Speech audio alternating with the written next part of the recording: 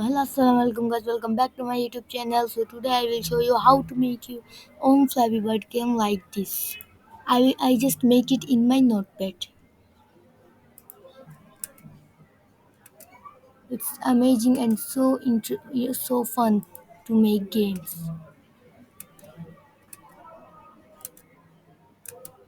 like this.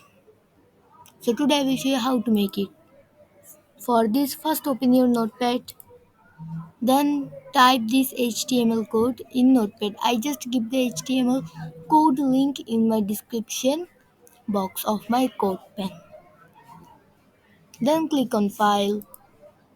Then click on Save As.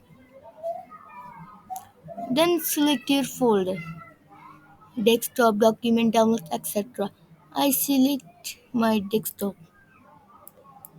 Then give it a file name. I just give it name is Flappy this name Flappy index.html. Then click on Save.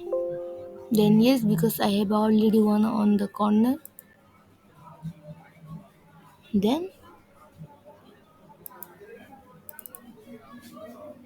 this is the game. I make it. So thank you for watching. Bye, like and subscribe.